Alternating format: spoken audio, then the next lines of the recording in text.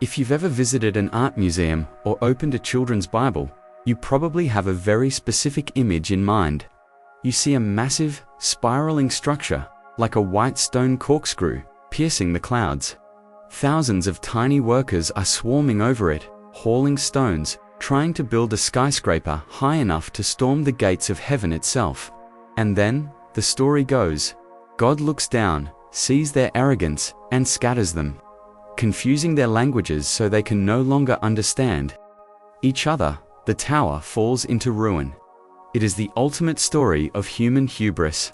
It explains why we speak different languages. It explains why nations are divided. But as an archaeological story, it presents a massive problem. We have found the pyramids of Egypt. We have found the Parthenon. We have found the Colosseum. But despite centuries of searching, archaeologists have never found a giant, spiraling stone tower in the Middle East that touches the clouds. Does that mean the story is a fairy tale? A myth with no basis in reality? Not necessarily. What if I told you that the Tower of Babel did exist? That we know exactly where it was, what it looked like, and even the name of the king who finished it. But it didn't look like the paintings. It wasn't a spiral. It wasn't made of stone. And, most shockingly, its purpose wasn't for humans to go up to become gods. It was a machine designed to force the gods to come down. Today, we are traveling to the plains of ancient Mesopotamia to uncover the blueprints of the Bible's most famous skyscraper. We are going to decode the archaeology of the ziggurat to answer the question, did humans really build a tower to God? To find the real tower, we have to stop looking at Renaissance paintings and start looking at the text of Genesis 11 with the eyes of an archaeologist. The story begins, and as people migrated from the east, they found a plain in the land of Shinar and settled there. First clue, Shinar. In the Bible, Shinar is the Hebrew word for Sumer, or Babylonia, the southern part of modern-day Iraq. This places the story firmly in the cradle of civilization, the land of the first great cities. But the second clue is even more specific. It's about technology. Genesis 11:3 says, "And they said to one another, 'Come, let us make bricks, and burn them thoroughly.' And they had brick for stone, and bitumen for mortar." This sounds like a boring detail. But to a historian, this is a smoking gun. In ancient Israel, you didn't build with brick. You built with stone. Because Israel is full of limestone and rocks. But in Mesopotamia, there is no stone. It's a river delta full of mud.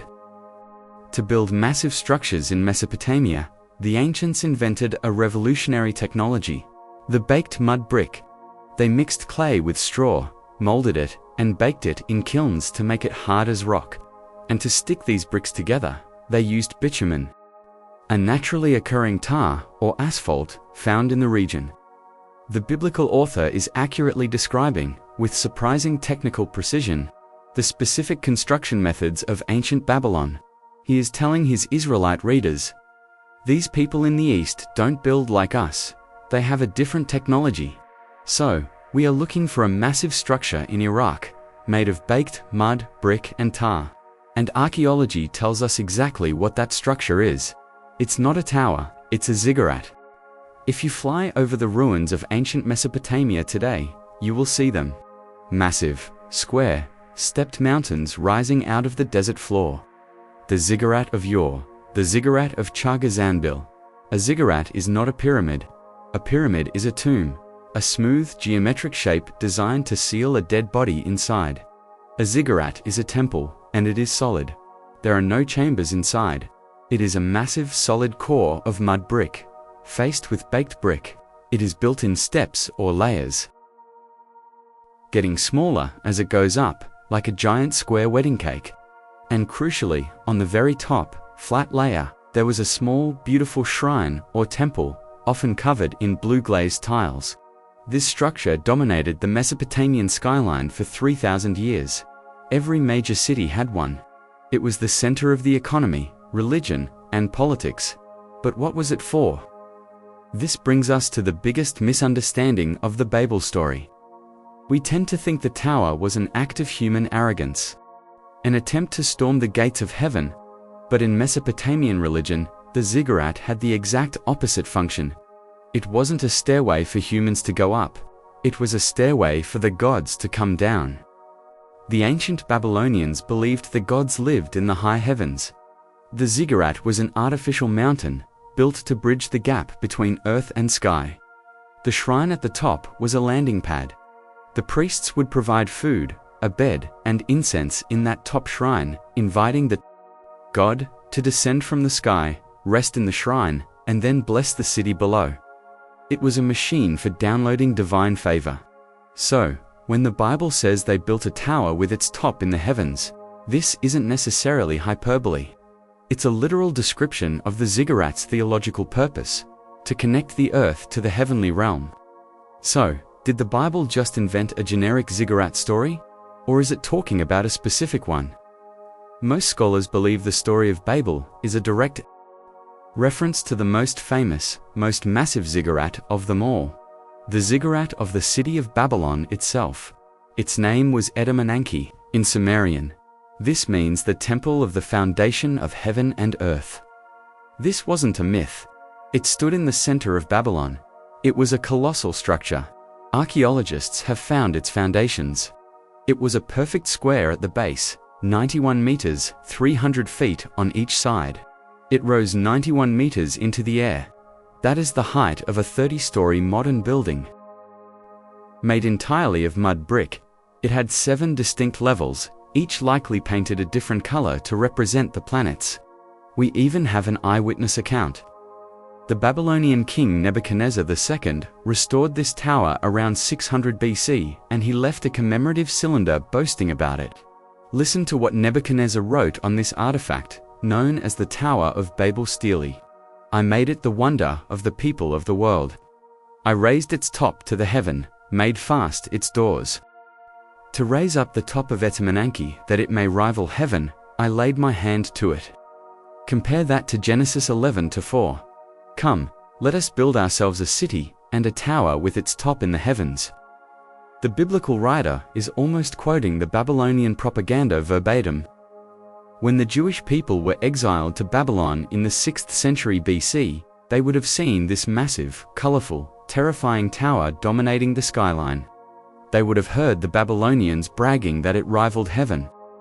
And so, they wrote a story about it. But they didn't write a story to praise it. They wrote a polemic, a theological attack. This is where the genius of the biblical narrative shines through. The story of Babel is not just history, it is satire. It is political humor. The Babylonians claim, our tower is so huge, it touches heaven. It is the link to the gods. The biblical writer responds with a devastating narrative twist. In Genesis 11:5, after the humans build their massive tower, the text says, "And the Lord came down to see the city and the tower which the children of man had built." Do you catch the irony? The tower is supposed to be so tall it reaches God's face. But the God of Israel is so high, so transcendent, and the tower is so puny and insignificant that he has to squint and come down just to see it. What is this? Oh, look, they're playing with bricks. It is a cosmic joke. The massive Edamananki, the pride of the Babylonian Empire, is dismissed as a child's int. The story continues with the confusion of languages. This, too, is a play on words. The Babylonians called their city Babylon. In Akkadian, this means Gate of the Gods. They believed their city was the portal to the divine. But the Hebrew writer creates a pun. In Hebrew, a similar sounding word is Balal, which means to confuse or to mix up. So Genesis 11:9 delivers the punchline. Therefore, its name was called Babel, because there the Lord confused the language of all the earth. The writer is saying, you call yourself the gate of the gods. No, we call you confusion. You are just a noisy, chaotic mess. This wasn't just a myth about why we speak French and Spanish. It was a piece of anti-imperial resistance literature. It was a captive people mocking the monumental arrogance of their captors. So, what was the actual sin? Why did God stop them? Traditional Sunday school teaches that the sin was trying to reach heaven. But as we've seen, ziggurats weren't for storming heaven. Modern scholars point to a different sin: imperial totalitarianism. Look at the text again. The whole earth had one language and the same words. Come, let us build a city, and let us make a name for ourselves, lest we be dispersed over the face of the whole earth. God's command to humanity in Genesis 1 was, "Be fruitful and multiply and fill the earth." God wanted diversity. He wanted humans to spread out, create different cultures, and steward the whole planet. The builders of Babel wanted the opposite. They wanted uniformity. They wanted centralization. They wanted everyone in one city, speaking one language, working on one massive state project, under one system. This sounds a lot like an empire. The Assyrian and Babylonian empires were famous for conquering diverse people and forcing them to assimilate. Forcing them to speak the imperial language, serve the imperial king, and build the imperial monuments. In this light, God's action confusing the languages and scattering the people is not a punishment. It is a liberation. God destroys the first totalitarian regime. He forces humanity to diversity. He breaks the one language of the empire so that different cultures can flourish. The diversity of languages is not a curse. It is God's check and balance against human tyranny. So, did humans really build a tower to God? Archaeologically, yes. The ziggurats of Mesopotamia were real, massive mud brick mountains designed to connect earth and sky. The Etemenanki in Babylon was a wonder of the ancient world. Biblically, the story is a brilliant theological commentary on that reality. It takes the physical fact of the ziggurat and reframes it to teach a lesson about the difference between human arrogance and divine power. This leads us to the final debate. On one side, is the Tower of Babel a literal, historical account of the moment all human languages supernaturally diverged from a single source around 2200 BC? On the other side, or is the story a true myth? Is it a sophisticated piece of political satire written by the ancient Israelites to mock the terrifying power of Babylon? Is its purpose not to teach linguistics, but to teach theology? That any human empire that tries to enforce total uniformity and make a name for itself is destined to fall into confusion. Is Babel a story about the past, or a warning for the future of human civilization? Let me know your thoughts in the comments below.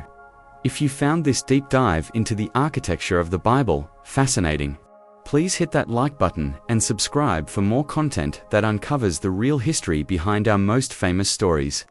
Thanks for watching.